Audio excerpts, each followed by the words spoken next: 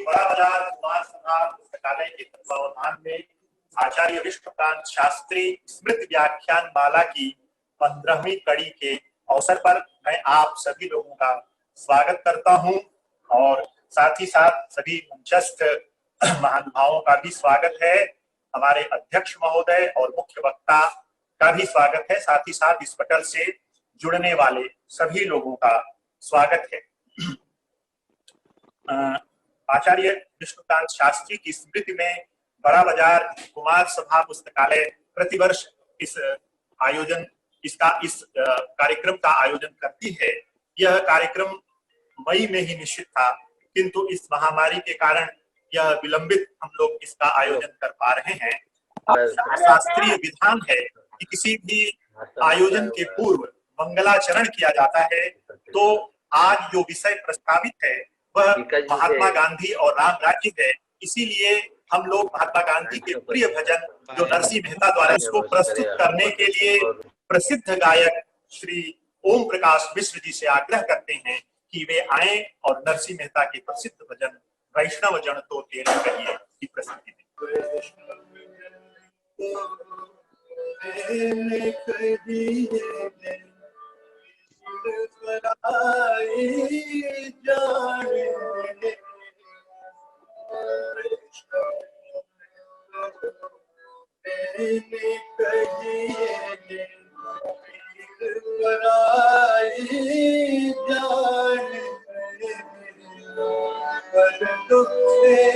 उपकार करे तोए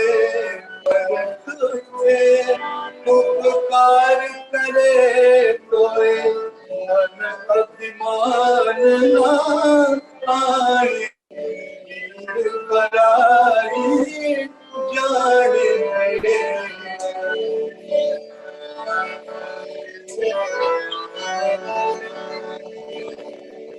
सकल लोकमान सहुने वंदे निंदा न करे के नीरे काछ काछ मन निश्चल राजे धन धन जननी तेरी रे काछ काछ मन निश्चल राजे धन धन जननी तेरी रे वैष्णव जन तुमने कहिए पढ़ाई जाने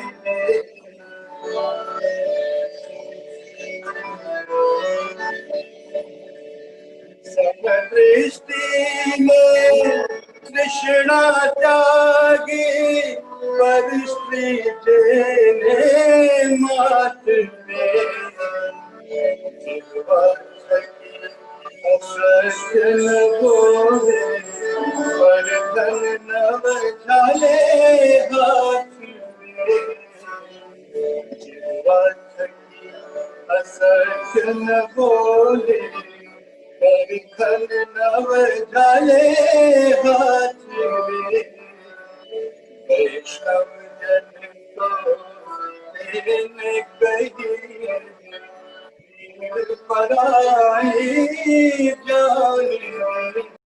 कबहु कहो ही रहनि रहूंगो श्री रघुनाथ कृपाल कृपाते संत स्वभाव दहोंगो।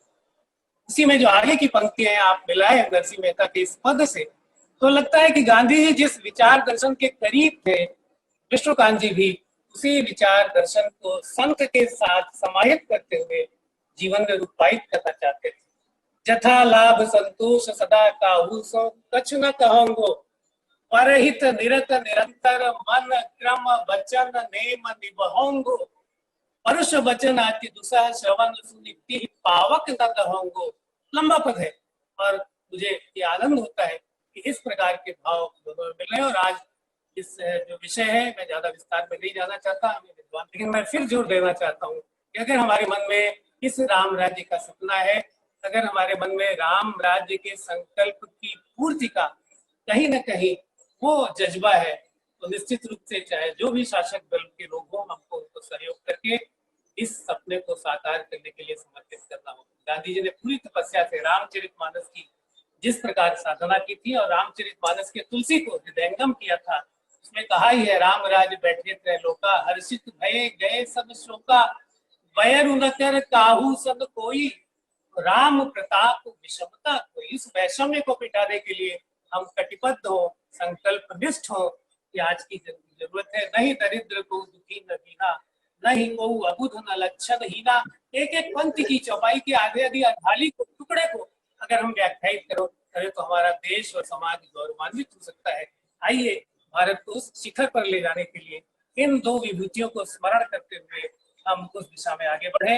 आप सब इस कोरोना काल में इस तमाम संकट के बीच भी हमारे साथ जुड़ रहे हैं। कुमार सभा के प्रति आपका स्नेह, सद्भाव और आदर बना रहे, इसी शुभकामना के साथ बहुत बहुत आभार। अगर थोड़ी बहुत कहीं तकनीकी असुविधा भी हो तो आप सब उसे स्वीकार करें। हम चेष्टा करेंगे कि अगर इस प्रकार के कार्यक्रम हम चला सके तो आप सबके सहयोग से चलाएंगे। बहुत बहुत धन्यवाद। अब हम मुख्य वक्ता डॉक्टर श्री भगवान सिंह को उनके व्याख्यान के लिए आमंत्रित करने से पूर्व विषय की प्रस्तावना स्वरूप कुछ बातें यहाँ प्रस्तुत करना चाहते हैं। महात्मा गांधी ने 1909 में दक्षिण अफ्रीका से लंदन की अपनी यात्रा के दौरान मैकडोनल नामक जहाज पर एक छोटी सी कृति हिंद स्वराज के नाम से गुजराती में लिखी थी और उस कृति में उन्होंने पश्चिमी सभ्यता की बड़ी मूलगामी आलोचना की थी। उन्होंने ब्रिटिश संसद को बांझ और वेश्या की भी संज्ञा दी थी और इसके अलावा इस पूरी सभ्यता को भौतिकवादी कहते हुए इसे विनाशक कहा था, जो कि हमारे लिए सर्वनाश का मार्ग प्रशस्त करती है। यदि मैं डॉक्टर सिंह के ही शब्दों में कहूं तो यह एक कबंध सभ्यता है और यह कबंध सभ्यता केवल भौतिक उपभोग पर आधारित है। राम राज्य की अवधारणा महात्मा गांधी के विचार दर्शन में 1921 से उद्भूत होती है, जब असहयोग आंदोलन के बाद वे इस राम राज्य की परिकल्पना करते हैं। और जैसा कि सर ने बताया कि उसमें उनका मूल जो जोर है वह विषमता के नाश और समता के प्रतिष्ठा पर है। जैसे कि राम राज्य में समता की बात कही जाती है, उसी समता के आधार पर उन्होंने अपने राम राज्य की परिकल्पना को आकार दिया था। और यहाँ यह उल्लेख करना अत्यंत समीचीन होगा कि महात्मा गांधी के जीवन पर जितना रामचरितमानस का प्रभाव था उतना अन्य ग्रंथों का प्रभाव शायद न था।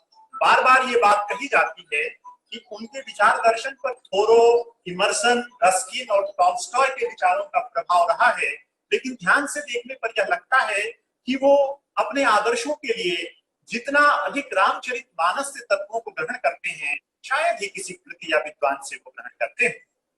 13 वर्ष की उम्र में जब वो अपने पिता के साथ पोरबंदर में अपने घर के निकटस्थ एक मंदिर में जाते थे तो वहां लाधा महाराज नाम के एक व्यक्ति रामचरितमानस का सस्वर पाठ किया करते थे और उसी समय से गांधी जी के मन में रामचरितमानस के प्रति जो अनुराग उत्पन्न हुआ, उसी की फलश्रुति अंत में राम राज्य की परिकल्पना के रूप में हुई है।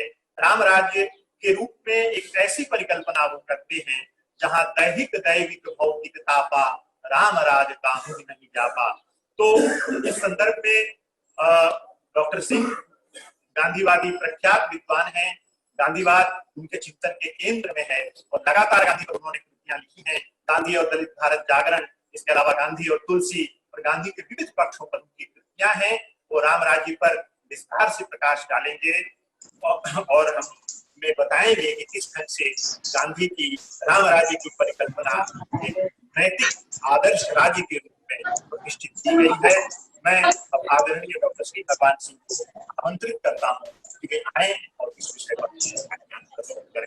डॉक्टर श्री भगवान सिंह वे अपना व्याख्यान प्रस्तुत। बड़ा बाजार कुमार सभा पुस्तकालय द्वारा आयोजित आज की संगोष्ठी के अध्यक्ष डॉक्टर कमल किशोर गोयनका जी, पुस्तकालय के अध्यक्ष डॉक्टर प्रेम शंकर त्रिपाठी जी, मंत्री श्री महावीर प्रसाद बजाज जी, संचालक डॉक्टर ऋषिकेश राय जी और इस पटल पर उपस्थित सभी श्रोता बंधुओं, आप सबों को मेरा नमस्कार निवेदित है। आचार्य विष्णुकांत शास्त्री स्मृति व्याख्यान माला के अंतर्गत आज का विषय जो रखा गया है उसे आप अवगत हो चुके हैं। आचार्य विष्णुकांत शास्त्री व्याख्यान माला में एक वक्ता के रूप में आकर या आमंत्रित किए जाने पर मैं अपने को बहुत ही गौरवान्वित महसूस कर रहा हूँ। डॉक्टर प्रेमशंकर त्रिपाठी जी तो उनके शिष्य ही रहे हैं। मैं शास्त्री जी का शिष्य नहीं रहा, लेकिन छात्र जीवन में उनको 3-4 बार सुनने का अवसर मुझे जरूर मिला था और वे भी एक तरह से मेरे लिए गुरु तुल्य थे, इसलिए कि मेरे गुरु डॉक्टर नामवर सिंह और विष्णुकांत शास्त्री जी दोनों बहुत ही अच्छे मित्र थे और दोनों को मैंने कई बार एक मंच पर देखा था। इसलिए नामवर जी के मित्र होने के कारण आचार्य शास्त्री जी को भी मैं अपना गुरु तुल्य मानता हूं और उनको पढ़कर भी बहुत कुछ सीखा है। इसलिए वैसे आचार्य की स्मृति में आयोजित यह व्याख्यान माला में आपने मुझे वक्ता के रूप में आमंत्रित करके मेरे ऊपर एक उपकार किया है, इसके लिए मैं आप सबों को बहुत बहुत साधुवाद देता हूं, धन्यवाद देता हूं। आज की गोष्ठी का जो विषय आपने रखा है वह सचमुच बहुत ही सराहनीय और मैं तो कहूंगा कि बहुत चुनौती भरा है, क्योंकि आप सभी जानते हैं कि इधर हिंदी जगत जो है कई वर्षों से वर्ग चेतना, दलित चेतना, स्त्री चेतना, ऐसी चेतनाओं के विमर्श से खदबदा रहा है और इसमें तो गांधी और राम राज्य का नाम लेना तक कुछ हो गया था। और ऐसे में आपने साहस किया है कि महात्मा गांधी और राम राज्य को चर्चा का विषय बनाया है, जो कि आज की वो सबसे बड़ी आवश्यकता है साहित्य जगत में। इसके लिए मैं आपको सबों को, पुस्तकालय को, आयोजकों को, आप सबों को मैं पुनः साधुवाद देता हूं। अब हम ज्यादा समय नहीं लेकर मूल विषय पर आए। वैसे डॉक्टर प्रेमशंकर त्रिपाठी जी ने, ऋषिकेश राय जी ने सूत्र रूप में बहुत कुछ कह दिया है तुलसी के संबंध में, राम राज्य को लेकर, और मैं सोचता हूं कि मैं क्या बोलूंगा, ये लोग तो खुद ही जो निचोड़ है ये लोग कह चुके हैं। खैर फिर भी कुछ मैं प्रयास करूंगा। ये जरूर है कि जैसा कि ऋषिकेश राय जी ने भी कहा कि हिंद स्वराज गांधी जी ने 1909 में लिखी दक्षिण अफ्रीका में रहते हुए, और स्वराज की एक परिकल्पना प्रस्तुत की, अपना सपना क्या वो स्वराज से समझते थे। और उसमें मार कीजिएगा, गौर कीजिएगा, हिंद स्वराज में उन्होंने रामराज की चर्चा नहीं की है। रामराज शब्द हिंद स्वराज में कहीं नहीं है। वहां पर वो स्वराज का अर्थ करते हैं तो मन पर शासन करना, मन का राज ही स्वराज है। अंत में हिंद स्वराज के अंतिम पृष्ठ पर वो लिखते हैं जाकर, ये स्वराज से मतलब था 1909 में। लेकिन 1920 से जो उन्होंने भारत में आकर ब्रिटिश सरकार के खिलाफ असहयोग आंदोलन शुरू किया, तो वे स्वराज के लिए अब रामराज शब्द का प्रयोग करने लगते हैं।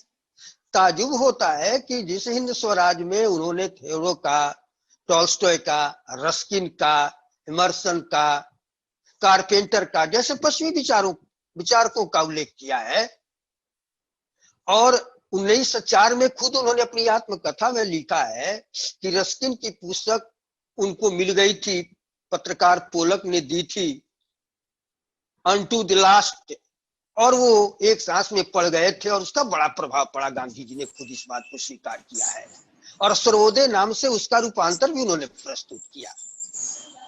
लेकिन मुझे ताज्जुब होता है कि 1920 में जो गांधी असहयोग आंदोलन शुरू करते हैं वो सर्वोदय शब्द का भी इस्तेमाल नहीं करते हैं। सर्वोदय संघ की स्थापना हुई, ये सब हुआ बाद में। दूसरी चीज गौर करेंगे कि जिस गांधी को पर दोष दिया जाता है कि उन्होंने मुसलमानों के एक मजहबी मुद्दे का समर्थन किया, खिलाफत आंदोलन का, जरूर किया, मजबूरी थी, अंतरराष्ट्रीय परिस्थितियों का ऐसा दबाव था। अब सभी जानते हैं कि खिलाफत आंदोलन का समर्थन करना पड़ा उनको। लेकिन गौर करें ये गांधी ने कभी नहीं कहा कि स्वराज या जो असहयोग आंदोलन कर रहे हैं उसका उद्देश्य देश में खिलाफत हुकूमत लाना या खिलाफत जैसा शासन कायम करना है। उन्होंने बार बार यही कहा कि राम राज्य लाना। अब आप कहेंगे कि इसके बहुत प्रमाण है, अनेक अवसरों पर गांधी ने कहा राम राज्य। जब भी उनसे पूछा जाता था कि स्वराज का मतलब क्या है, कहते थे स्वराज का मतलब राम राज्य। पंडित जवाहरलाल नेहरू ने अपनी आत्मकथा में लिखा है कि हम इस आंदोलन में तो शामिल थे लेकिन खुद नहीं समझ पाते थे कि ये स्वराज है क्या। पटाभी सीतारमैया ने भी जिक्र किया है कांग्रेस के इतिहास में। लेकिन गांधी जी से जब कोई पूछता था तो कह देते थे स्वराज मतलब राम राज्य। इस बात को ध्यान में रखना चाहिए। इस देश के सभी को, चाहे वो हिंदू हो या मुसलमान, जो गांधी को हम लांछित करते हैं तरह तरह से, कि राम राज की उस आदमी ने हमेशा बात की। और मैं एक ही कथन यहाँ पर आपके सामने रखूंगा जो उन्होंने 1920 में असहयोग आंदोलन के दौरान नवंबर महीने में नासिक में भाषण करते हुए कहा था। उस भाषण में उन्होंने कहा था, ध्यान से सुने, आजकल जो हुकूमत हम पर शासन कर रही है वह केवल राक्षसी है, मैं उसे रावण राज्य कहता हूं। ऐसी राक्षसी हुकूमत में रहने वाली रैयत क्या करे। तुलसीदास ने कहा है कि जो असंत हैं, जो बुरे हैं, उनकी असंगति की जाए, उनका संग छोड़ा जाए, उनकी मोहब्बत तोड़ दी जाए, उनसे असहयोग किया जाए, उन्हें मदद देना बंद कर दिया जाए। यह एक यज्ञ है, उसमें जब हम अपना बलिदान देंगे तभी खुद शुद्ध होंगे और रावण राज्य को मिटाकर राम राज्य की स्थापना कर सकेंगे। गौर कीजिएगा, कहते हैं उसे रावण राज्य को मिटाकर राम राज्य की स्थापना कर सकेंगे। यह राम राज्य ही स्वराज है। और कहते हैं कि यह राम राज्य ही स्वराज है। 1920 में कहा। उसके बाद भी ऐसा नहीं किया कि केवल सहयोग आंदोलन के बाद भी वो लगातार उनके सचिव महादेव भाई देसाई की डायरी गांधी जी के साथ 25 वर्ष वो 10 खंडों में छपी है और वो 10 खंड मेरे पास से मैं पूरा पढ़ गया साल। उसमें गांधी जी जहां जहां देश के जिस भाग में जाते हैं, यहाँ केरल तक वहां भी गए हैं और पूछा जाता है तो वहां राम और राम राज्य का नाम लेते हैं कि मैं वैसा चाहता हूं। जहां जाते थे पूछा जाता था कि राम राज्य। अब एक चीज विचित्र लगती है और आश्चर्य होता है, उस समय के राजनीतिक परिवेश को देखते हुए जिस समय गांधी जी राम राज्य पर बल दे रहे थे, उसका प्रयोग कर रहे थे। 1917 में आप जानते हैं कि रूसी क्रांति हो चुकी थी, बोल्शेविक क्रांति जिसे कहते हैं, और हिंदुस्तान के, भारत के पढ़े लिखे बुजुर्ग से लेकर युवाओं में रूस जैसी क्रांति, रूस जैसी समाजवादी व्यवस्था का सपना वो सब देखने लगे थे, समर्थक थे। लोकमान्य तिलक, लाला लाजपत राय जैसे जो उग्र राष्ट्रवादी नेता हमारे थे पूज्य, उनको भी ब्रिटिश सरकार, उन्होंने भी रूसी क्रांति के प्रशंसक थे। ब्रिटिश सरकार उनको बोल्शेविक एजेंट समझती थी। रविन्द्रनाथ ठाकुर जैसे महान साहित्यकार रूसी क्रांति के समर्थक थे। 1925 में भारतीय कम्युनिस्ट पार्टी की स्थापना हो चुकी थी, रूस जैसी यहाँ पर समाजवादी क्रांति लाने के लिए सामवादी। और ये जो राम प्रसाद बिस्मिल, चंद्रशेखर आजाद, भगत सिंह, सुखदेव सिंह, इन सबका जो संगठन था Hindustan socialist Republic association, socialist नाम ही जुड़ा हुआ था, ये सारे के सारे रूसी क्रांति से बड़ी प्रभावित युवक थे। और गांधी जी के परम शिष्य माने जाने वाले पंडित जवाहरलाल नेहरू खुद वैज्ञानिक समाजवाद के प्रमुख उस समय हिमायती थे, उसकी बात करते थे और उनके प्रभाव में ये सब थे। उस समय की युवा, चाहे वो जयप्रकाश नारायण हो, डॉक्टर राम मनोहर लोहिया हो, आचार्य नरेंद्र देव, मीनू मसानी, और इन सबों ने मिलकर कांग्रेस के अंदर 1934 में कांग्रेस सोशलिस्ट पार्टी की स्थापना की थी। ये सारे लोग सब समाजवादी समाज का सपना देखने वाले ले थे, लेकिन एकमात्र गांधी, महात्मा गांधी एक ऐसी शख्सियत थे जो इस समाजवादी समाज के पचड़े में न पड़कर, जिसे अत्याधुनिक वैज्ञानिक विचारधारा कहा जाता है, वे रामराज जैसी पुरानी अवधारणा को जनता के सम्मुख प्रस्तुत कर रहे थे। ये विचारणीय है कि ऐसा क्यों कर रहे थे। अब यहीं पर यह जानना हमारे लिए जरूरी हो जाता है कि रामराज है क्या। अब डॉक्टर त्रिपाठी जी ने भी 2-3 पंक्तियां रामराज के संबंध में कही, ऋषिकेश राय ने दी। ठीक है, वो है, लेकिन राम राज्य के संबंध में और बातें जो हैं उन पर भी गौर करने की जरूरत है। गांधी जी ने क्यों प्लेटो से लेकर मार्क्स तक अनेक राजनीतिक प्रणालियों की, राजकीय प्रणालियों का प्रतिपादन पश्चिम में किया गया और किसी को नहीं स्वीकार करके उन्होंने रामराज को स्वीकार किया। अब हम सभी जानते हैं कि रामराज राम कथा से जुड़ी हुई चीज है, लेकिन रामराज को जिस प्रकार एक राजनीतिक व्यवस्था के रूप में, सुचिंतित व्यवस्था के रूप में सामने लाया गया, वो काम तुलसीदास ने कहा। रामराज गोस्वामी तुलसीदास की निजी सृष्टि है, एक परिकल्पना है, और यह ऐसी है जो इनको एक महाकवि के साथ साथ एक महान राजनीतिक चिंतक। गांधी जी, ऋषिकेश राय जी ने भी कहा कैसे कथा सुनते थे रामायण की, और खुद गांधी जी ने और भी देखा, मैंने पढ़ा, गोस्वामी तुलसीदास को खूब पढ़ा था, रामचरितमानस को पढ़ा था, और आपको विश्वास न हो तो मेरी एक किताब है तुलसी और गांधी जिसका जिक्र भी हुआ, वो पढ़ लीजिए। मैंने उसमें इस चीज को प्रमाणिक रूप से रखा है। ये अलग बात है कि गांधी पर लिखने वाले केवल पश्चिमी विचारकों के प्रभाव की तो चर्चा कर जाते हैं, सत्याग्रह पर किसकी किसकी चर्चा कर जाते हैं, टोल्स्टॉय कैसा का, लेकिन तुलसी का जो प्रभाव है सत्याग्रह पर भी यार नहीं चर्चा करते। और एक हिंदी में एक घसीटापन चल पड़ा है, जिसको जहां पाए जोड़ दो। अब गांधी को बहुत लोग कबीरदास से जोड़ देते हैं, कबीर की परंपरा से। क्या भाई, गांधी ने चरखा तो कबीर के यहाँ चरखा था? अरे भाई, कबीर के यहाँ चरखा था, लेकिन चरखा कबीर का आविष्कार नहीं था, इस बात को ध्यान में रखिए। चरखा कबीर के बहुत पहले से था, और जिस परिवार में कबीर का लालन पालन हुआ वो धंधा था चरखा वहां का। लेकिन रामराज तुलसी का अपना एक आविष्कार कहिए, अपनी परिकल्पना कहिए, वो बिल्कुल तुलसीदास की है, और उसको गांधी ने ग्रहण किया। ये देखने की बात है। और आप रामचरितमानस के 600 पानों के बाद, जिसे कांड भी कहते हैं, कांडों के बाद उत्तर कांड में रामराज की स्थापना तुलसीदास करते हैं या उसका चित्र देते हैं। जब उनके काव्य नायक राम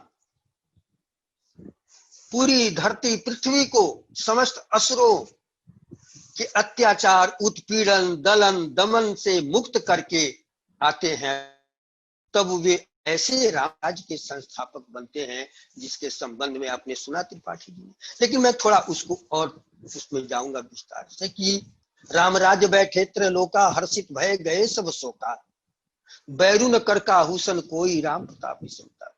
अब उसके बाद एक दोहा आता है जिसको लेकर बहुत लोग शोरगुल मचाते हैं। वो दोहा है, वरना श्रम निज निज धर्म, निरत वेद पथ लोग, चल ही सदा पा वही सुख ही, नहीं भय सो कल रोग।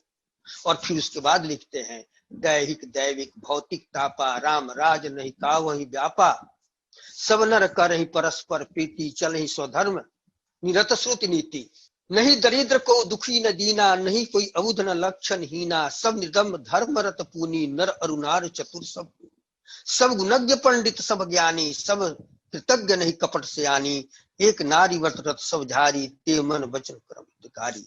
और फिर उसके बाद दोहा ये है, दंड जतिन कर भेद जह नर्तक नृत्य समाज, जीतो मन ही सुनिया सा रामचंद्र के राज। अब यह रामचंद्र का राज जो है, उसमें आप देखिए सारी एक एक पंक्ति चौपाई पर गौर कीजिए। एक तो तुलसीदास ने कहीं यहाँ पर विप्र शब्द का प्रयोग करते हैं, न शूद्र का न हिंदू मुसलमान, या तो को नहीं, सब यही है कि किसी को भी दुख नहीं, किसी को भी अभाव नहीं, किसी को भी किसी प्रकार का कष्ट नहीं, दैहिक दैविक भौतिक तापा किसी को नहीं है रामराज में। सभी अपने अपने रोजगार धंधे के जरिए खुशहाल हैं, सुखी हैं, संपन्न हैं।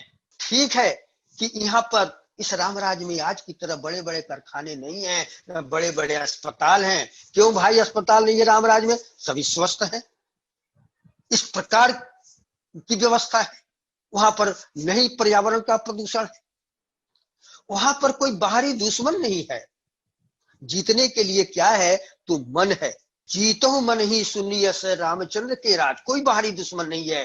और बाहरी दुश्मन नहीं है, तो वहां सेना की भी, फौज की भी तुलसीदास की चर्चा नहीं करते हैं। राम ने जरूर बानर बाल की सेना बनाकर रावण से लड़ाई करती थी, लेकिन राम राज में कहते हैं कि यहाँ तो कोई शत्रु ही नहीं, सब अपने मन ही दुश्मन है। मार्क कीजिए इस दर्शन में इतना मन को जीतने का महत्व दिया गया है। आप देखेंगे कि राम राज जो पश्चिम के चिंतन की एक विचारधारा है, जो कहती है कि सबसे शासन वह है सरकार जो कम से कम शासन करे। राम राज्य में उसी प्रकार का शासन है जहां राजा या शासन का शासन सबसे कम है। और गांधी जी भी इस चीज को स्वीकार करते थे कि वही राज्य अच्छा है जो सबसे कम शासन करे आदमी पर, और आदमी अपने मन और स्वेच्छा से आचरण करने को स्वतंत्र रहे, धर्म और नीति की मर्यादा में रहकर। राम राज्य का क्या यह पक्ष गांधी को आकृष्ट नहीं? आप देखिए कि जिस समाजवाद का शोर मचा रहे थे, समाजवादी व्यवस्था का, वो क्या था? वहां पर हिंसा पर आधारित नारा तो यह था सर्वहारा की तानाशाही, लेकिन सर्वहारा की तानाशाही नहीं, वो कुछ व्यक्तियों की तानाशाही होती गई और बिल्कुल हिंसा पर आधारित हो गई समाज को बनाने के लिए। लुई फिशर ने अपनी किताब में लिखा है गांधी और स्टालिन में कि क्रांति के समय पोलिट ब्यूरो के 7 मेंबर थे, लेनिन के जाने के बाद उनमें केवल स्टालिन की नेचुरल डेथ हुई, बाकी 6 का 6 जो है मौत के घाट उतारे गए। ट्रॉट्स्की और बुखारिन जैसे नेता जो रूसी क्रांति में जिनकी बड़ी महत्वपूर्ण भूमिका थी, सब मौत के घाट उतारे गए। ये हिंसा पर था। और गांधी जी से पूछा था किसी ने 1931 में जब लंदन गए थे, रूसी क्रांति के विषय में कहा कि रूसी क्रांति ठीक है हुई, और लेकिन वो व्यवस्था ज्यादा दिनों तक नहीं टिकेगी, इसलिए कि वो हिंसा पर आधारित है। राम राज्य ठीक है, रावण अत्याचार को समाप्त करने के लिए कोई युद्ध हुआ एक आवश्यकता के रूप में, लेकिन राम राज्य जहां है वहां मन का शासन है। ये तुलसीदास किस तरह से उसको स्थापित करते हैं, और ये चीज गांधी को अपील करती है, और इसलिए वो राम राज्य की अवधारणा को ये अपनाते। दूसरी महत्वपूर्ण बात आप देखेंगे कि यह जो राम राज्य है, अब उस समय तो औद्योगिक क्रांति हुई नहीं थी, लेकिन जो भी था वो सबके अपने अपने रोजगार थे। वो हम लोगों ने अपने समय तक देखा, सब अपने अपना धंधा रोजगार करते हैं, सब सुखी हैं, संपन्न हैं, और आदमी जो है, जो मैंने कहा कि अपने कुटीर उद्योग के चलते वो स्वावलंबी है। हाँ, एक बात और मैं कहना भूल गया कि जो मन को जीतने की बात तुलसीदास करते हैं, गांधी भी वो बात करते हैं। देखेंगे हिंद स्वराज सभ्यता क्या है वाले चैप्टर में वो कहते हैं, सभ्यता को परिभाषित करते हुए कि सभ्यता वह आचरण है जिससे आदमी अपना फर्ज अदा करता है। फर्ज अदा करने के मानी है नीति का पालन करना, और नीति का पालन करने का मतलब है मन और इंद्रिय को वश में रखना। यही सभ्यता है वो कहते हैं, और इससे जो उल्टा है वो बिगाड़ करने वाला है। अब मिलाइए, तुलसीदास भी कहते हैं जीतहु मन ही, जीतहु मन रामचंद्र केरा, और गांधी भी कहते हैं मन और इंद्रियों को वश में रखना सभ्यता की अनिवार्य शर्त है। अब आप कोई भी बताए, मैं राजनीति शास्त्र का भी विद्यार्थी रहा हूं और थोड़ा बहुत पढ़ा मैंने एमएस तक उसे भी, कि प्लेटो से लेकर चले आइए वेलफेयर स्टेट, लोक कल्याणकारी राज, प्लेटो का आइडियल स्टेट, और ये रूसो का जनरल विल से लेकर मार्क्स के ये डिक्टेटरशिप ऑफ प्रोलेटारिएट, और कहीं है क्या मन को जीतने की बात? ये जो है इंद्रियों पर निग्रह की बात किसी में नहीं है। अगर रहती तो सोवियत संघ में भी तो उसी तरह से उपभोक्तावाद का और ये बढ़ा जिस तरह से पूंजीवादी देशों में था, और अंत में विघटित हो गया। और आज देख लीजिए चीन में क्या हो रहा है, कम्युनिस्ट कहता है अपने को और सारी दुनिया को निगल जाना चाहता है। अमेरिका से भी बड़ा साम्राज्यवादी देश हो गया है।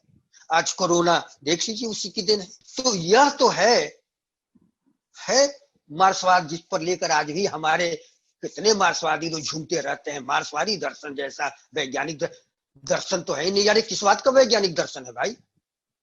उसकी कही हुई कौन सी बात? तो गांधी क्यों जाते मार्क्सवाद और साम्यवाद की तरफ? उससे बेहतर व्यवस्था तो उन्हें रामराज के रूप में दिखाई दे रही थी। अब आगे बढ़िए। केवल रामराज मनुष्य की उन्नति और खुशहाली तक ही सीमित नहीं है, बल्कि जिसे आप मनुष्येतर प्राणी कहते हैं उसकी भी सुरक्षा की गारंटी रामराज में है। वह भी चित्र देखिए तुलसीदास का देते हैं। रामराज के अंतर्गत ही ये चित्र है। फूलहि फरहि सदा तरु कानन रहि एक संग गज पंचानन खग मृग सहज बैरु बिसराई सवनि परस्पर प्रीति बढ़ाई कूजहि खग मृग नाना वृंदा अभय चरहि बन करहि आनंदा सरिता सकल बहि वर बारी शीतल अमल स्वाद सुखकारी सागर निज मर ज्यादा रहि दारहि रत्न कटन नर लहै। यह मनुष्येतर प्राणियों जिसमें बाघ, हाथी, मृग, पशु, पंक्षी, सरिता, नदी, पहाड़ सभी अपने अपने जो प्राकृतिक काम है उसको कर रहे हैं। इस राम राज में आज की तरह न वनों की अंधाधुंध कटाई है, न पंक्षियों के आवास उजाड़े जाने का कोई संकट है, न नदियों सरिताओं को बांधे जाने का कोई संकट है इस राम राज। और आज देखिए संकट ही संकट है।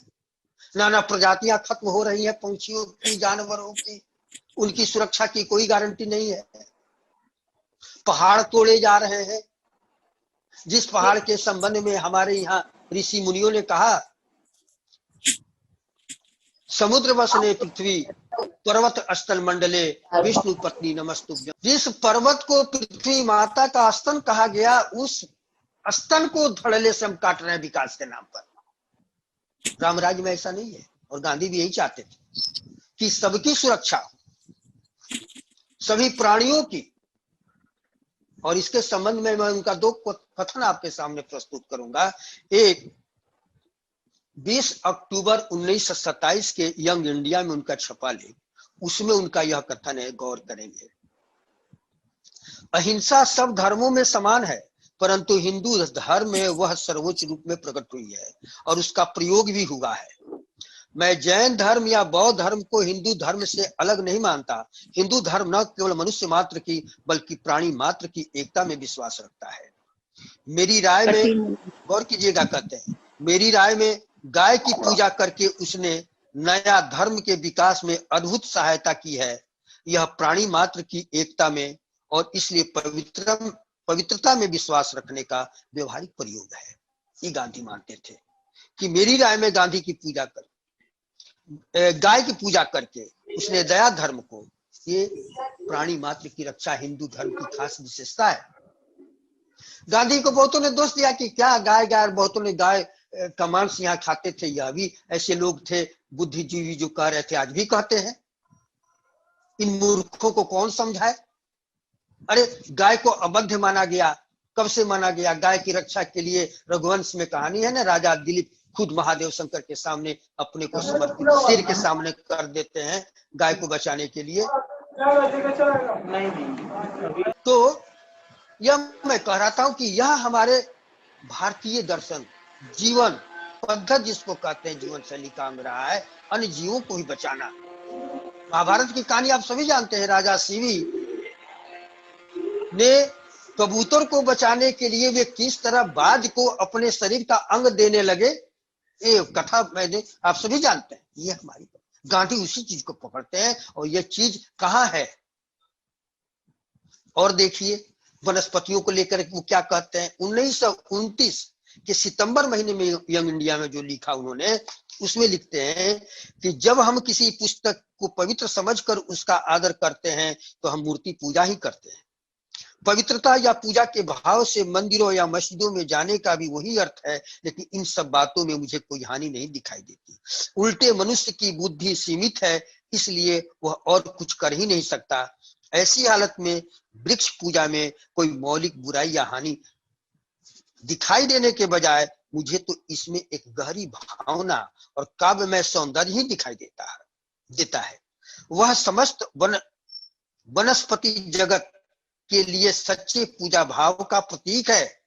वन संपत्ति जगत तो सुंदर रूपों और आकृतियों का अनंत भंडार है, उनके द्वारा वह मानो असंख्य जिह्वाओं से ईश्वर की महानता और गौरव की घोषणा करता है। वनस्पति के बिना इस पृथ्वी पर जीवधारी एक क्षण के लिए भी नहीं रह सकते। यह गांधी वनस्पतियों का महत्व स्वीकार करते हैं। वन का एक तरह से कहिए उनका भी संरक्षण होना चाहिए। आज ये जो पर्यावरण दिवस वृक्ष रोपने चलता है, देख लीजिए गांधी के चिंतन में है नहीं, और रामराज्य में इसका महत्व है कि नहीं? क्या यह वनस्पतियों का, वृक्षों का, हमारे यहाँ पीपल को जिस तरह से पूजा जाता है, बरगद को पूजा जाता है, क्या किसी पश्चिम के व्यवस्था में है इनका विधान? नहीं है। वहां पर समाजवादी व्यवस्था हो कि पश्चिम की कोई भी व्यवस्था हो, समाजवादी अन्य जीवों की कीमत पर ये मनुष्य की समता और उसकी खुशहाली का विधान रचा गया है, यह कहने में मुझे कोई, वहां अन्य जीवों का कोई जो है महत्व नहीं है मनुष्य के सामने। सब कुछ मनुष्य, यूरोप का मानववाद हो कि मार्क्सवाद हो कि समाजवाद हो, वहां पर सब कुछ मानववाद। प्रसिद्ध गांधीवादी चिंतक धर्मपाल जी ठीक कहते हैं कि ये आधुनिक सभ्यता जो है मनुष्य केंद्रित सभ्यता है और समाजवाद भी मनुष्य केंद्रित सभ्यता है। इसलिए यूरोपीय समाजवाद से असहमत होते हुए गांधी जी ने कहा था कि समाजवाद का मतलब है अद्वैत। अद्वैतवाद से बड़ा समाजवाद कौन है? अद्वैत में पशु पक्षी मनुष्य मनुष्यतर सबका संबंध है। यह जो तुलसी दास ने राम राज्य में रखा, वह गांधी को जो चाहते थे उसमें दिखाई पड़ रहा था, वो समाजवाद में और मार्क्सवाद में नहीं दिखाई पड़ रहा था कि गांधी लपक लेते उसको। जब अपनी ही हीरा है तो हम सोना है अपने पास तो हम दूसरे का पीतल लेने क्यों जाएंगे भाई? लेकिन हमारे यहाँ तो बौद्धिकता का कमाल है कि दूसरे को पीतल को हम सोना समझेंगे और अपने सोना को पीतल से भी खराब समझते हैं। इसी में प्रगतिशीलता है। अपने को गाली दीजिए। रामराज में जो तुलसीदास ने एक चित्र प्रस्तुत किया, सच पूछिए वो मानस इतना लोकप्रिय रहा पूरे उत्तरी भारत में, जिसके संबंध में ग्रियर्सन कहते हैं। ये भागलपुर का मैंने देखा उसमें कि भागलपुर से लेकर पंजाब तक नाम लेते हैं और हिमालय से लेकर नर्मदा तक हिंदुओं के बीच रामचरितमानस जितना लोकप्रिय है उतना इंग्लैंड में अंग्रेजों के बीच बाइबल भी नहीं है। ये रामचंद्र की लोकप्रियता रामचरितमानस की सभी नहीं पढ़ते थे। आपने गांधी जी के विषय में भी सुना कि इस तरह से गुजरात में उसका पाठ होता था। तो रामराज के संबंध में लोगों में एक धारणा बन गई थी कि जहां सभी समान थे, कोई भय नहीं था, किसी से कुछ नहीं।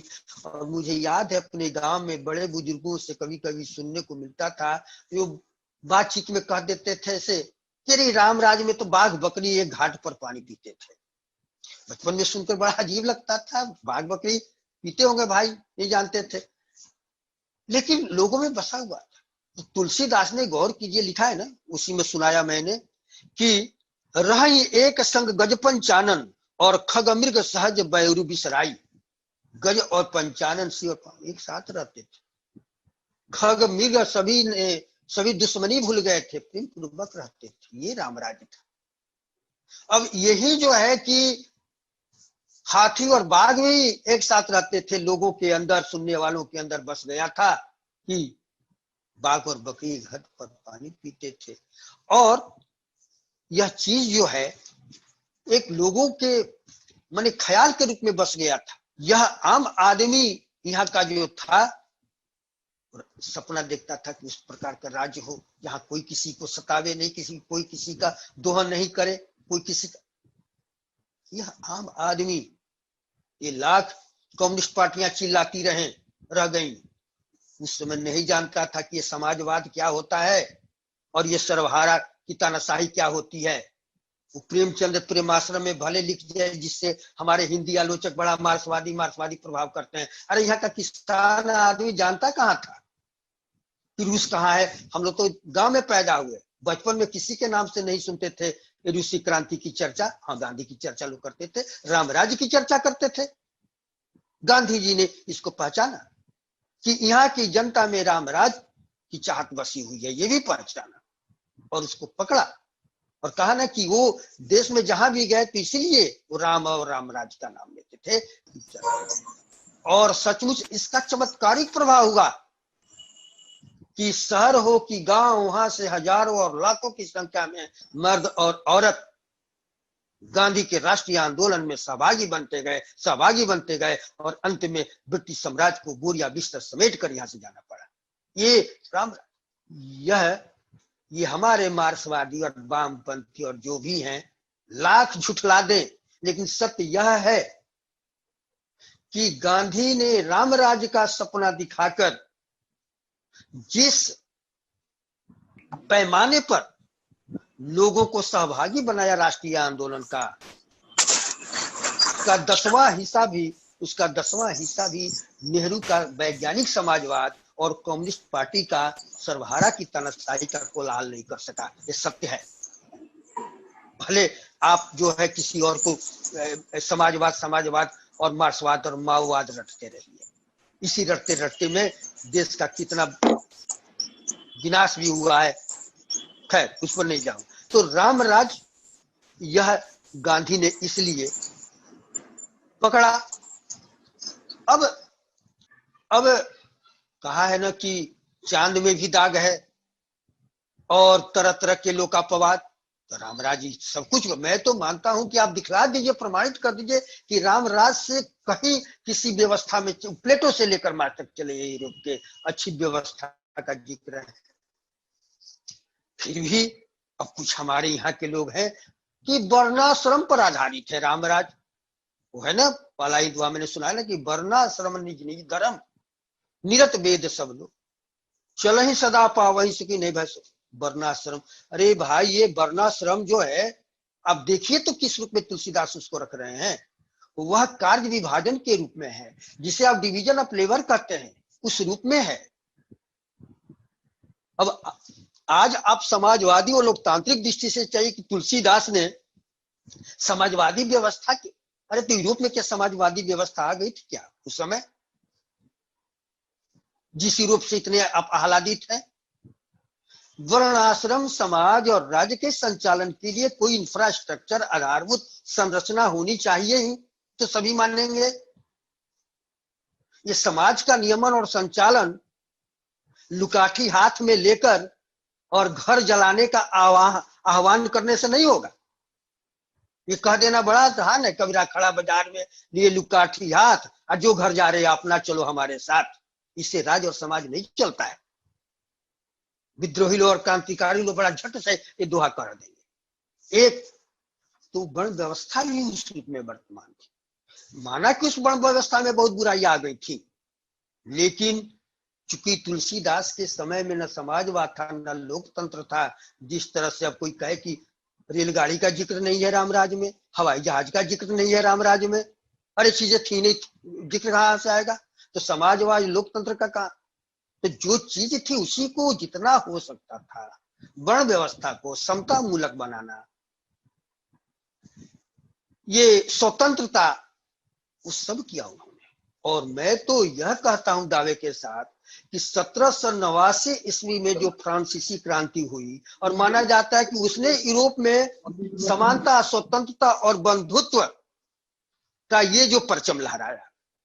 लेकिन आप गौर करें, ये पूरा वर्णा जो चित्र है रामराज का वर्णाश्रम का, कि तुलसीदास ने समता, फ्रांसीसी क्रांति से पहले तुलसीदास समता, बंधुत्व और स्वतंत्रता के धागे में गुथ कर उस वर्णाश्रम का पूरी तरह से कायांतरण कर दिया था, नवीनीकरण कर दिया था, जिसे जितना संभव था उदार बनाना, मानवीय बनाना बनाया। हर का काम का वहां कोई भेद नहीं है, छोटे बड़े का नहीं है, किसी का काम एक दूसरे से खराब नहीं समझा जाता, सबके काम की प्रतिष्ठा है। आज हम इतराते हैं लोकतंत्र पर, लेकिन तो लोकतंत्र में तो आज और खराब हालत है।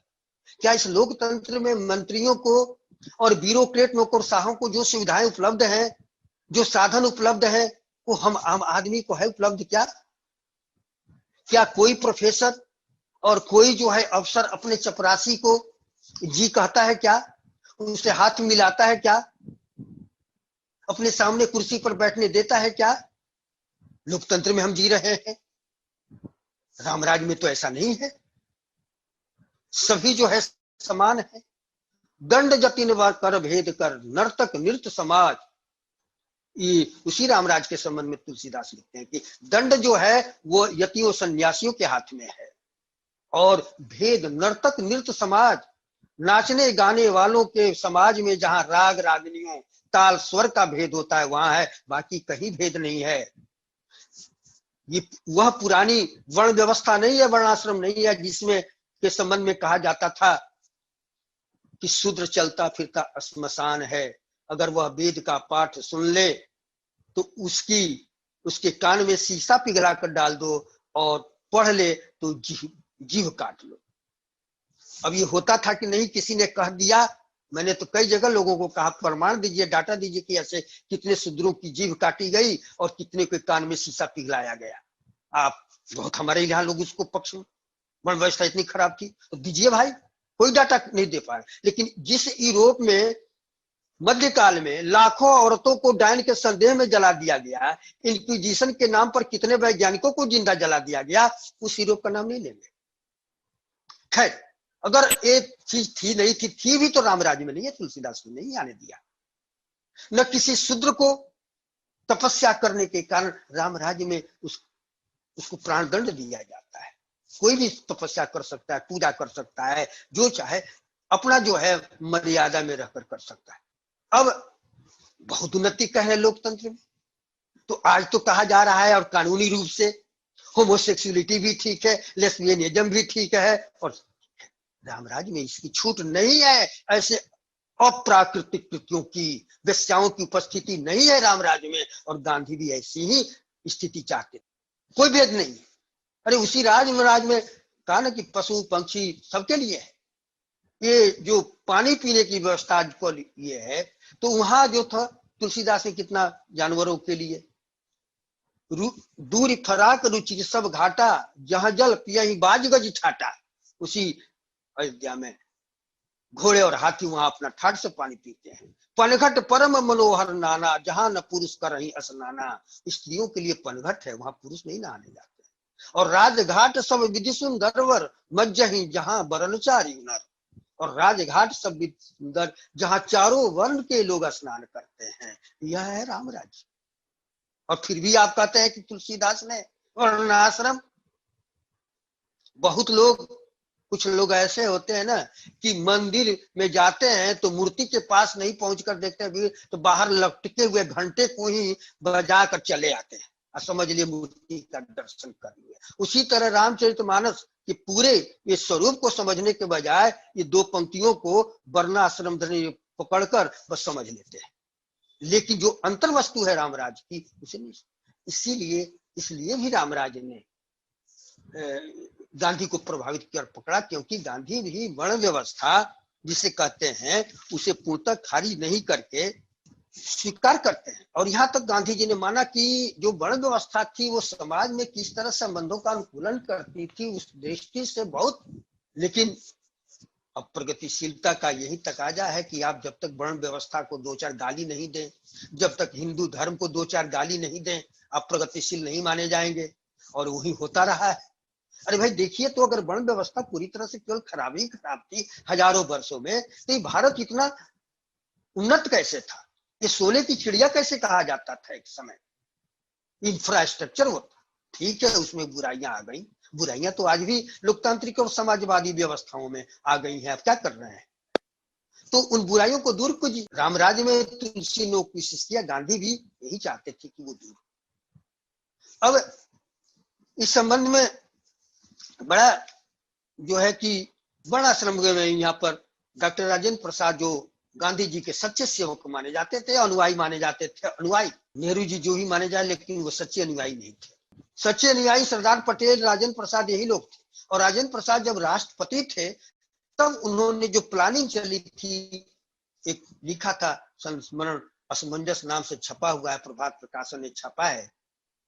वो कहते हैं कि जो वर्ण व्यवस्था हमारे यहाँ की थी वो आज की जो प्लानिंग है वही थी प्लानिंग।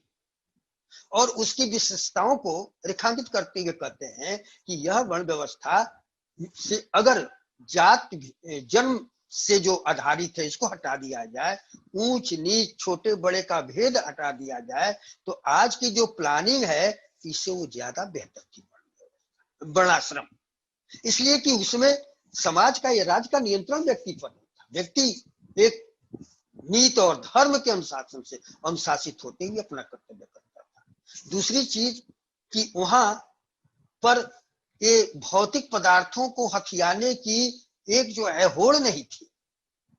आदमी जितना जरूरत है चाहिए उतने ही से संतुष्ट रहता था। और प्लानिंग में क्या है भाई, अधिक से अधिक बढ़ाया जाओ, किए जाओ। और प्लानिंग के नाम पर ये तो सोवियत संघ से पंचवर्षीय योजना ली गई, स्टालिन ने चलाया और प्लानिंग को सफल बनाने के लिए हजारों के लाखों लोगों को साइबेरिया कंसंट्रेशन कैंप में भेजकर खत्म करवा दिया। वो सारा जो बनाया एनिमल फॉर्म जॉर्ज ऑरवेल का पढ़ लीजिए, 1984 पढ़ लीजिए। तो यह जो है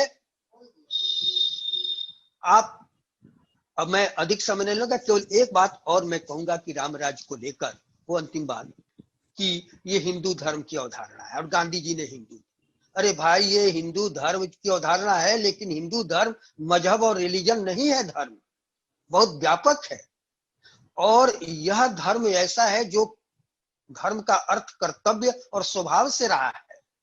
और धर्म का खुद तुलसीदास ने बड़ा ही सांग रूपक को लंका कांड में दिया है राम के रूप में। मैं थोड़े में उसको रखता हूं, जब विभीषण संदेह करते हैं रावण रथी विरथ रघुवीरा, देख विभीषण भयो उदीरा। और राम जो कहते हैं कि जय जय होई सो स्यंदन आना, जिस रथ से हमारी जय होगी वो कुछ और होगा। और कहते हैं कि सौरज धीरज तेहि रथ चाका, धर्म सी बल विवेक दम परहित घोरे, क्षमा कृपा समतारज जोड़े। ये आप पढ़ लीजिएगा वो पूरे लंका कांड में। तो वो धर्म का है। और अंत में धर्म वो है कि परहित सरिस धर्म नहीं भाई। दूसरी चीज कि ये न विप्र न हिंदू कहीं जिक्र है रामराज में, सबका जिक्र है, सबके लिए दरवाजा खुला हुआ है, हिंदू और मुसलमान सबके लिए, सब है इसमें, सबके कल्याण की चिंता है। और दूसरी चीज गांधी जी मानकर चलते थे कि इस देश का हिंदू हो कि मुसलमान हो कि ईसाई हो, राम और कृष्ण सबके पूर्वज हैं और सबको मानना चाहिए। यहाँ पर मैं केवल उनका समाप्ति कर रहा हूं, आप अधीर न हो। महादेव भाई देसाई ने अपनी डायरी के खंड 8 में लिखा है ये गांधी जी का कथन, संस्कृत सीखना प्रत्येक भारतीय का फर्ज है। ध्यान दीजिएगा, गांधी जी कहते हैं संस्कृत सीखना प्रत्येक भारतीय का फर्ज है। हिंदुओं का तो है ही परंतु मुसलमानों का भी है, क्योंकि आखिर तो उनके बुजुर्ग भी राम और कृष्ण थे और उन्हें जानने के लिए संस्कृत जानना चाहिए। ये गांधी मानकर चलते थे और होना भी चाहिए। इसी चीज सूत्र को आगे बढ़ाते हुए डॉक्टर लोहिया ने बाद में कहा कि राम भारत की पश्चिम से पूरब, उत्तर से दक्षिण की एकता के प्रतीक हैं, तो कृष्ण पश्चिम से पूरब की एकता के प्रतीक हैं। यह एकता के जो सांस्कृतिक प्रतीक है, इस देश में रहने वाले को सबको अपना मानना चाहिए। ठीक है, आप मानिए ईसा मसीह को, मानिए बाइबिल को, मानिए हजरत मोहम्मद साहब को, कुरान को, हम भी उनका आदर करते हैं, लेकिन माफ कीजिएगा, हजरत मोहम्मद साहब हो कि ईसा मसीह, वो भारत की सांस्कृतिक एकता के प्रतीक नहीं हो सकते। कुरान और बाइबिल के विषय में नहीं कहा जा सकता कि वे भारत में लिखे गए। इसलिए आप जो भी देश में रहने वाले हों, रामराज को अपना राज्य माने, राम और कृष्ण को अपना पूर्वज और माने और उस ढंग से स्वीकार करें। हम उम्मीद करते हैं कि अब जो राम की जन्मभूमि अयोध्या में गांधी ने जो कुछ भी सोचा हिंद स्वराज कि रामराज के रूप में स्वराज आए, वह तो नहीं अभी तक आ सका, लेकिन हम उम्मीद करते हैं कि अयोध्या में अब जो राम मंदिर बनने जा रहा है वो सारे भारतवासियों के लिए राम राज या सर्वोदय की दिशा में आगे बढ़ने का प्रकाश स्तंभ बनेगा। मैं कुमार सभा पुस्तकालय के सभी पदाधिकारियों को, आप सभी श्रोताओं को बहुत बहुत धन्यवाद देता हूं और डॉक्टर प्रेम शंकर त्रिपाठी जी को विशेष रूप से, क्योंकि उन्हीं का लगातार आग्रह था कि मैं बोलूं, तो 10 मई को ही कराने वाले थे। हमारे ऋषिकेश राय जी का भी, आप सबों का मैं बहुत आभारी हूं। आप लोगों ने मुझे साफ सबों को प्रणाम। रामराज्य के सामाजिक दर्शन के और इनके जो मार्मिक पक्ष हैं उनके उद्घाटन के लिए हम श्रद्धेय सर के प्रति अमित आभार व्यक्त करते हैं। उन्होंने अपने व्याख्यान के माध्यम से राम राज्य के जो महत्वपूर्ण आदर्श हैं, जैसे केवल मनुष्यों की चिंता न करके मनुष्य के साथ मानवेतर की उपस्थिति, मानवेतर के प्रति संवेदित रहना, इन सभी गुणों की ओर, और आज जो हमारी सभ्यता के समक्ष जो ज्वलंत प्रश्न हैं, पर्यावरण के प्रश्न, इसके साथ साथ जो है मानवीय अस्तित्व के प्रश्न, उन सभी की चिंता राम राज्य के विविध पहलुओं में की गई है। इस मार्मिक और विशद व्याख्यान और उसके तलस्पर्शी बिंदुओं को उठाने के लिए और उसको प्रस्तुत करने के लिए मैं सर के प्रति अमित आभार बालसभा पुस्तकालय की ओर से व्यक्त करता हूं।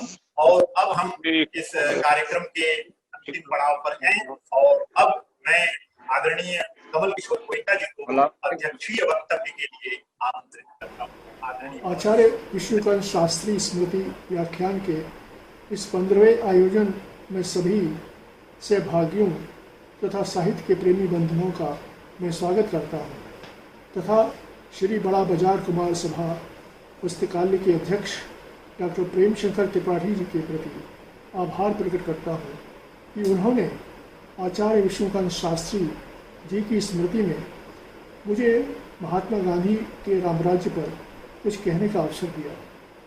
इस आयोजन में मुख्य वक्ता डॉक्टर भगवान सिंह गांधी साहित्य के विद्वान हैं, अतः वे प्रामाणिकता के साथ इस विषय पर अपनी बात रखेंगे।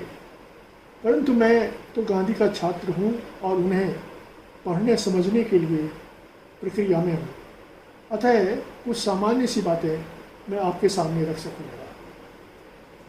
महात्मा गांधी भारत ही नहीं विश्व के महानतम व्यक्तियों में थे। उनका दक्षिण अफ्रीका में 20 वर्ष का जीवन तथा उसके बाद भारत में लगभग 32-33 वर्ष के जीवन में उन्होंने जो पराधीन भारतीयों के लिए सत्याग्रह, असहयोग एवं स्वतंत्रता के लिए अहिंसक संघर्ष किया तथा ब्रिटिश दुशासन के विकल्प के रूप में राम राज्य की कल्पना की, वह मानव जाति के इतिहास की अनोखी घटना है। गांधी जी ने अपनी राजनीति को धर्म एवं आध्यात्म का आधार दिया और राम राज्य को धर्म राज्य एवं लोक राज्य के पर्याय के रूप में ग्रहण करते हुए राम, राम नाम, राम धुन तथा राम राज्य की स्थापना के लिए लाखों लाखों भारतीय स्त्री पुरुषों को भारत के स्वाधीनता संग्राम का अंग बना दिया।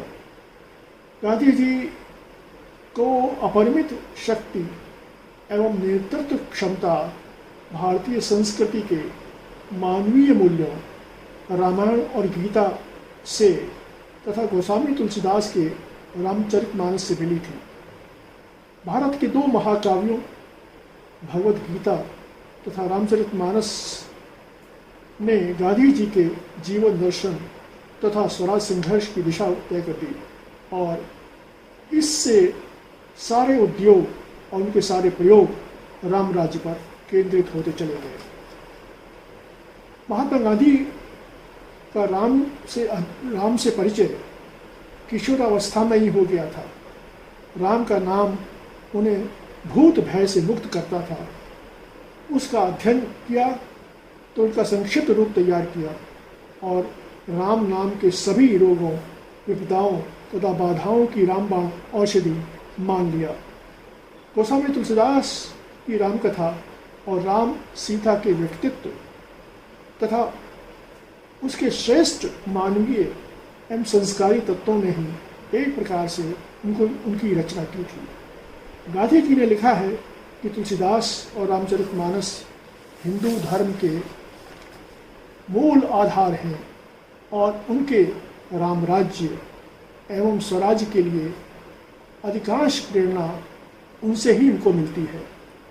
गांधी जी राम को दशरथ नंदन अवतार मानते हुए भी कल्पित राम से निर्गुण राम को महत्व देते हैं, लेकिन सत्य ये भी है कि उनका रामराज्य तुलसीदास के दशरथ पुत्र राजा राम की राजनीतिक नीति पर ही आधारित है। गोस्वामी तुलसीदास ने रामचरितमानस के उत्तरकांड में राम राज्य के स्वरूप का वर्णन किया है। राम के राजा बनते ही तीनों लोकों में शोक एवं शत्रुता एवं विषमता मिट गई। सब वर्ण एवं आश्रम के अनुकूल धर्म का पालन करने लगे। 3 प्रकार के कष्ट दैहिक, दैविक और भौतिक समाप्त हो गए। कोई दरिद्र, दुखी तथा दीन न रहा। सभी स्त्री पुरुष धर्मपरायण और पुण्यात्मा है। अपराध एवं भेद समाप्त हो गया है और प्रकृति भी शोभा तथा मंगलकारी है। महात्मा गांधी तुलसी के इस रामराज्य को आधुनिक रूप देते हैं।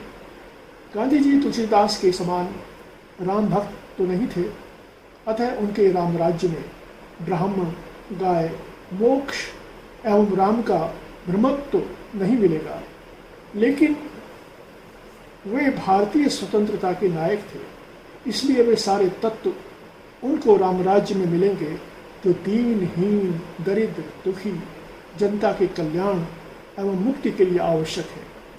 गांधी जी के लिए ब्रिटिश राज्य रावण राज्य था और उसे मिटाकर ही राम राज्य की स्थापना हो सकती थी।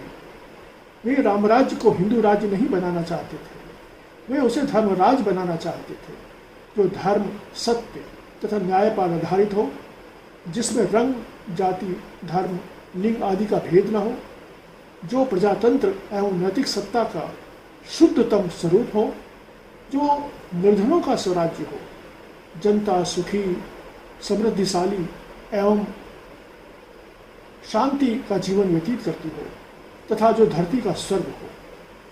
गांधी जी जानते थे कि रामराज्य उनका एक स्वप्न है जो कभी पूरा नहीं हो सकेगा, लेकिन तुलसी ने तो रामराज्य में उसे साकार होते देखा था। गांधी एक तो राम नहीं थे, दूसरे राम के समान उनके सहयोगी, अनुयायी एवं परिवार भी उनके रामराज्य के लिए समर्पित नहीं था, और तीसरे गांधी जी ने स्वयं राम नाम के प्रति अपनी निष्ठा एवं आस्था में दरार पड़ते हुए अनुभव किया था।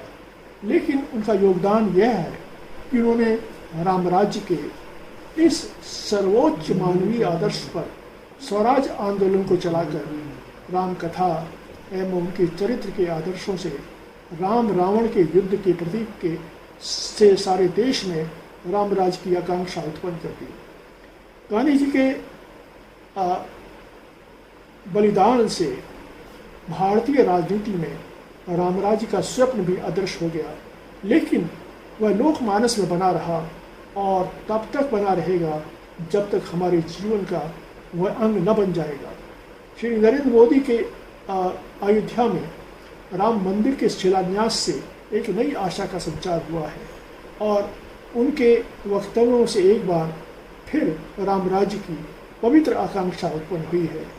अब गांधी जी का हे राम विश्वास है रामराज के रूप में भारत की धरती पर अवतरित हो सकता है। अंत में मैं आचार्य विष्णुकांत शास्त्री जी की स्मृति को प्रणाम करता हूँ, जिनका मुझे स्नेह और आशीर्वाद मिला तथा जिन्होंने मुझे ज्ञान पथ का पथिक बना दिया। आत्मा को दिया से यह पता चलता है कि गांधी के सामाजिक दर्शन विशेषकर राम राज्य के परिप्रेक्ष्य में उन्होंने अत्यंत मूल्यवान बात कही है और वहीं से उन्होंने शक्ति का अर्जन करके पूरे जो भारतीय स्वतंत्रता संग्राम में जो भूमिका थी, सहयोग आंदोलन या तमाम तरह के जो जन आंदोलन थे और जनों पूरे एक व्यापक जन समुदाय को प्रबोधित करने में जो उनकी भूमिका थी, उसके शक्ति का स्रोत जो है वह रामचरितमानस और गीता और तमाम तरह के धर्म ग्रंथ थे और वहीं से उन्होंने शक्ति का आधान किया था। और इन दोनों मूल्यवान वक्तव्यों के बाद अब मैं धन्यवाद ज्ञापन के लिए श्री बड़ा बाजार कुमार सभा पुस्तकालय के मंत्री श्री महावीर बजाज जी को सम्मानित मंच श्री बड़ा बाजार कुमार सभा पुस्तकालय द्वारा आयोजित आचार्य विष्णुकांत शास्त्री स्मृति व्याख्यान माला के 15वें आयोजन पर आपका सबका पुनः अभिवादन करता हूँ। हमने अभी सुना कि गांधी जी ने राम राज्य के रूप में स्वराज्य की अवधारणा करके और पूरे राष्ट्रीय स्वाधीनता आंदोलन को जन आंदोलन में जो उन्होंने जो प्रवृत्त किया, उनमें जो भूमिका निभाई, उसके लिए गांधी जी हमेशा याद किए जाएंगे। इस प्रकार के प्रेरक व्यक्तित्व, प्रेरक जो विचार, जो प्रेरक व्याख्यान जो डॉक्टर श्री भगवान सिंह जी ने दिया, अद्भुत है, मननीय, पठनीय है। हम लोग उसको फिर से सुने और उस पर अमल करने की चेष्टा करें। मैं महासभा पुस्तकालय की ओर से डॉक्टर श्री भगवान सिंह जी के प्रति खूब आभार व्यक्त करता हूँ। उन्होंने इतना अच्छा व्याख्यान देके हमारे ज्ञान को समृद्ध किया। आज के हमारे अध्यक्ष कमल किशोर जी गोयनका, उनका व्याख्यान भी बहुत सुंदर रिकॉर्डेड व्याख्यान है और बहुत सुंदर व्याख्यान है उनका। उन्होंने भी अपना समय निकाल करके इस व्याख्यान माला में हमको आशीर्वचन दिया है। मैं कुमार सभा पुस्तकालय की ओर से उनको प्रणति निवेदन करता हूँ। आप सभी श्रोतागण इस लिंक के माध्यम से जुड़ करके हमारे इस कार्यक्रम को साफल्य मंडित किया है। आप सबको मैं पुनः धन्यवाद देता हूँ और आशा करता हूँ कि आगे भी आने वाले आयोजनों में आप हम सब की हो, आप हम सब के साथ सम्मिलित होकर के आगे के कार्यक्रमों को साफल्य मंडित करेंगे, ऐसा मेरा विश्वास है। जय